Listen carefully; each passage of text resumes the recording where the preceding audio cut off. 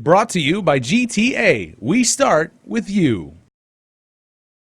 In January of this year, during a routine inspection of water wells around the island, employees of Guam EPA discovered that a water well servicing Northwest Field was using an unapproved method of disinfection and subsequently served a notice of violation, or NOV, to the site. According to a well operator, the approved system known as Myox went offline and was substituted with full-time chlorination tabs 3-in-1 formula, which is classified as a pesticide by the U.S. EPA. Earlier this month, GEPA concluded its review of the Air Force Base's water logs. We needed to make an assessment with those logs to determine how many days the system went offline and how many days an unapproved method to disinfect the water in the tank occurred. GEPA Rec Nick Lee says that the agency was able to present their findings to the well operators and that they are making good progress in closing out their NOV. He says that both parties are currently in discussions to reach a consensus on a settlement. We think it's important that the public understand that throughout this process, the orders of compliance that were included with the original NOV have been met.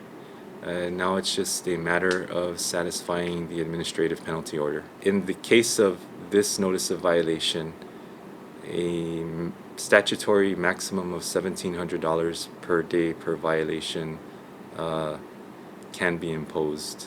There are a total of 2 violations against the Andersen Air Force Base. One violation is the Safe Drinking Water Act, and one violation from the Pesticides Enforcement Program for improper use of a pesticide. The latter has been settled and carries a penalty of $750 per day per violation.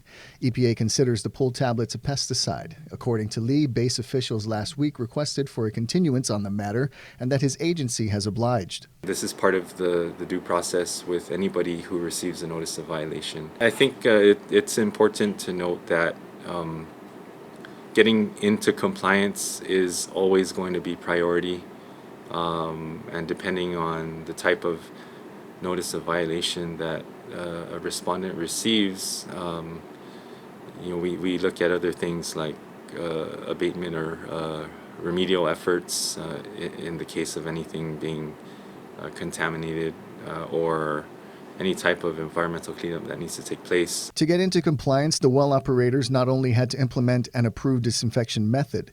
In a letter sent to Andersen Engineering, the well operators must first drain, flush, and sanitize the water storage tank and all distribution piping. Brought to you by GTA. We start with you.